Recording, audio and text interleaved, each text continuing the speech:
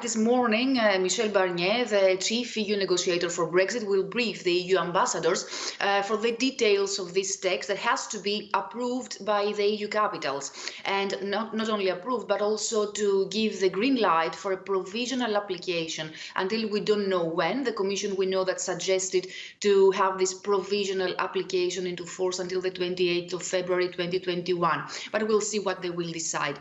After that, so if this happens, then the European Parliament has to approve also the deal. We know that there is going to be a meeting by the leaders of the political groups of the Parliament also today. This morning, they also asked for Ursula von der Leyen and Michel Barnier to brief them as well. But this will happen from the plenary of the European Parliament later, maybe in January 2021. And then, of course, there has to be another, let's say, summit or video conference by the EU leaders so that there will be adopted by the EU Council officially in the end. How are people feeling, Effie? It's been 4.5 years, a torturous process at times. Now that it's sunken in, is there sort of palpable sense of relief?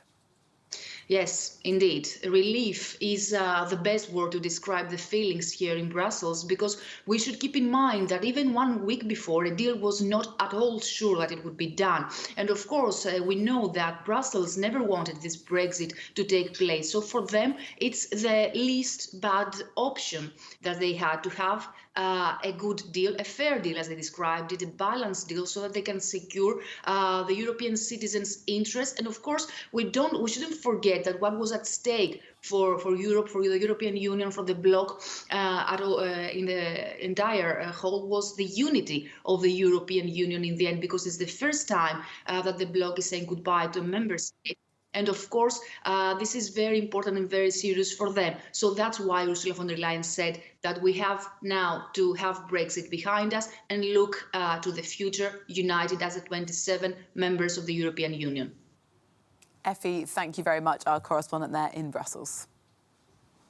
Well, for The View from Westminster, our correspondent in London, TADHG ENRIGHT, sent us this assessment. Today, Britain awakes to the Christmas gift of certainty, more than it's had for 4.5 years, and perhaps a little more unity. One thing which Remainers and most but not all Brexiteers agree on is that no deal would not have been the good or even wonderful outcome which Boris Johnson had suggested. But at Christmas dinner conversations, for those lucky enough to have them this year, people might still disagree about the new stability which the Prime Minister also claimed the deal would bring. It will not prevent the kind of border chaos which exporters have been warning about and preparing for, and which we got a flavour of earlier this week for entirely different reasons.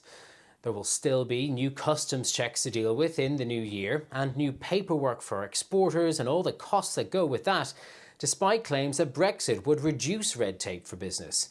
That is just a week away now, and those who really care might spend some of today chewing over the finer details of the deal. Few doubt, though, that Parliament will do anything to stand in its way, but you can expect plenty more debate about what it all means. Johnson claimed that Britain will take back control of its laws and its destiny, and sure, the UK will have the power to change its rules and regulations if it wants, but it risks paying a price if it does so in a way that Europe thinks is unfair. It's given up the right to help shape European regulations, and even the government's own forecast suggests the economy will suffer as a result. So for many Christmases to come, conversations will continue about whether Brexit was all worth it. TADHG ENRIGHT, Euronews, London.